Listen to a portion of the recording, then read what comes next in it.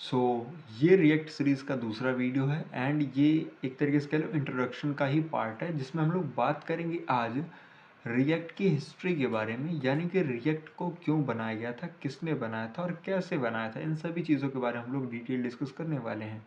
सो दिल थाम के बैठो और समझो। Facebook problem history. ये बात है सन 2011 की। Facebook have like, comment, notification, live updates, ये सारी चीज़ें फेसबुक में तब भी थी 2011 में और अब भी हैं। तो अब बात समझो। Updating everything with plane JavaScript become slow, बगी एंड हार्ड टू मेंटेन। मतलब क्या है? जैसे कि अभी तो आपको ऐसा नहीं फील होता होगा, रीज़न ये है क्योंकि अभी तो फेसबुक आपका रिएक्ट पे चल रहा है, लेकिन हम बात करेंगे सन 2011 के पहले की। तो उस केस में क्या होता था, जैसे ही कोई किसी के पोस्ट को लाइक करता था, कमेंट करता था, शेयर करता था, तो ऑटोमेटिक पेज रीलोड हो जाता था। जैसे रिफ्रेश नहीं होता है, रील आप चला रहे हो कि रील को आपने एक बार ऐसे रीलोड किया तो वो जो अभी रील देख रहे होगे वो ऑटोमेटिक गायब हो जाएगा, एक नया रील आ जाएगा, है ना। तो वो इशू हो रहा था। तो इस चीज़ को देखते हुए सॉल्यूशन लाया गया 2013 में। फेसबुक के इंजीनियर ने ही क्रिएट किया रिएक्ट को, ठीक है। अब रिएक्ट करेगा क्या? अब रिएक्ट उस एप्लीकेशन को एसपीए बना देगा। अभी देखो एसपीए का एक कॉन्सेप्ट समझते हैं हम लोग। तो इसके लिए हम खोलते हैं एक टूल जहाँ पे हम ड्रॉ करके इस चीज़ को समझेंगे, जिसका नाम है एक्सकेली draw. So basically what is this which we have to delete this? Just use a pencil। देखो suppose that आपके पास ये कोई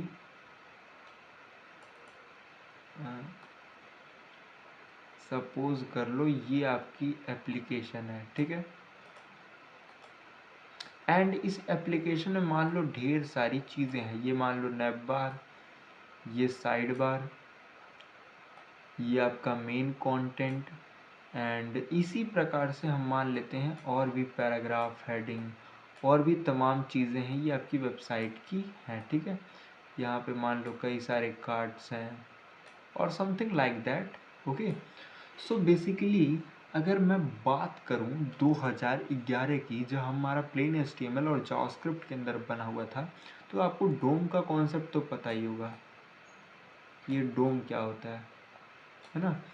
तो बेसिकली अगर यूज़र ने केवल और केवल इस पर कुछ क्लिक किया, कोई इंटरेक्शन किया, या फिर केवल और केवल इस पर किया, या फिर केवल इस पर किया, यानी कि कहीं पर भी अपना एक इंटरेक्शन किया, तो डोम क्या करेगा, इस पूरे के पूरे पेज को रिफ्रेश कर देगा। क्या कर देगा?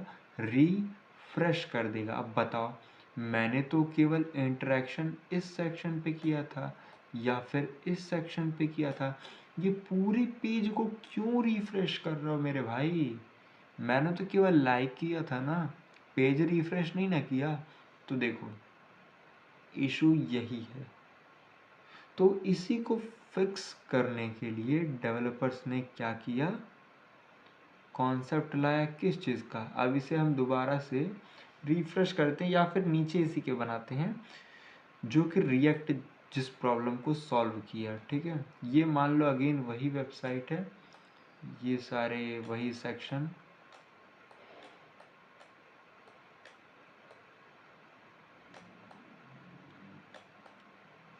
ठीक है। अभी देखो मैंने कहा कि अगर यूज़र ने केवल और केवल इसके साथ इंटरेक्शन किया है, या फिर इसके साथ, या फिर किसी एक स्पेसिफिक जगह पर ही किया है, तो रिएक्ट क्या करेगा, इस डोम का, ये मतलब पूरी वेबसाइट किस पर होती है, डोम पे होती है, आपको पता होगा। तो इस पूरे डोम का क्या करेगा, एक वर्चुअल डोम क्रिएट करेगा, जिसे हम कहते हैं वी डोम। अब ये वी डोम क्या होता है, इसी का एक कह लो डुप्लीकेट कॉपी, ठीक है। अब जब भी कुछ चेंजेस होता है तो वो इसको वर्चुअल डॉम के अंदर स्टैक के थ्रू, स्टैक में भी आप जानते होंगे, लाइन से कॉन्टिन्यूसली उस चेंजेस को ट्रैक करता रहता है। एंड देन आफ्टर, जब वो देखता है कुछ भी चेंजेस हुआ है, तब वो इनडायरेक्टली डोम पर इम्पैक्ट डालता है। समझ गए? यानी कि अगर आप कहो तो पेज तो रिफ्रेश हो रहा है लेकिन आपको दिख नहीं रहा है, वो पेज वर्चुअल डोम के अंदर हो रहा है और वो डोम इनडायरेक्टली आपके डोम के ऊपर इम्पैक्ट क्रिएट कर रहा है। समझ में आ रहा है? तो कुछ इस प्रकार से ये काम आपका करता है। अभी देखो, ये समझ लिए, तो हम आगे बढ़ते हैं और समझते हैं की ideal behind react. Very important. React says, don't touch the DOM yourself. Just tell me what the UI should be like and I'll handle the updates. समझ गए? यानी कि अगर आप जावास्क्रिप्ट से काम करोगे तो वो भाई साहब बिना कुछ सोचे पूरी की पूरी पेज को रिफ्रेश करा देंगे। अब ये डोम की हेल्प से नहीं, ये वर्चुअल डोम की हेल्प से क्या करते हैं, उसी चीज़ को कराते हैं। एंड ये केवल स्पेसिफिक पार्ट को ही चेंज करते हैं, ना कि पूरे पूरे डोम ट्री को। समझ गए? इसी के प्रकार से अगर आप आगे देखोगे तो how react things, core concept की बात करो तो ये functional data, when data change, UI automatically update, ये सब कुछ बेसिक चीज़ें छोड़ दो इनको, सीधे यहाँ पर आओ और सीधे हम की डिफरेंस देखते हैं कि HTML JS में और रिएक्ट में क्या अंतर है। इसमें डोम का जो अपडेशन होता है वो मैनुअल करना होता है, इसमें ऑटोमेटिक होता है, क्योंकि हम तो चेंजेस करते हैं वर्चुअल डोम में और ये क्या होता है, ऑटोमेटिक इससे हो जाता है। कोड स्ट्रक्चर क्या होता है, ये मैसी होता है फॉर बिग एप्लीकेशंस, ये क्लीन एंड रीयूजेबल होता है। ठीक है? अब इसमें क्या है, रीयूजेबिलिटी हार्ड होती है एंड इसकी बहुत इजी होती है with the help of components. इसमें लर्निंग क्या है, इजी स्टार्ट है, लेकिन इसमें क्या है, स्लाइट लर्निंग कर्व है, यानी कि इसमें थोड़ी सी प्रॉब्लम आ सकती है, बट हाँ बहुत ही हेल्पफुल होगा आपके लिए। लार्ज ऐप के लिए ये पेनफुल होता है जबकि ये परफेक्ट होता है। मे बी आपको ये कॉन्सेप्ट समझ में आ गए होंगे। एंड आफ्टर दैट एक और इसका कॉन्सेप्ट है जिसका नाम है components, very important in React component. वैसे बेसिकली अगर हम बात करें तो कंपोनेंट वगैरह जो भी चीज़ें हैं ये हम लोग डिटेल में समझेंगे, तो डोंट वरी, आप इसको पढ़ सकते हो। And again same thing, why react is not. अब यहाँ पे एक प्रश्न आता है, रिएक्ट क्या है, फ्रेमवर्क नहीं है, क्यों नहीं है? जैसे कि एंगुलर क्या एक फ्रेमवर्क है, रिएक्ट फ्रेमवर्क नहीं है।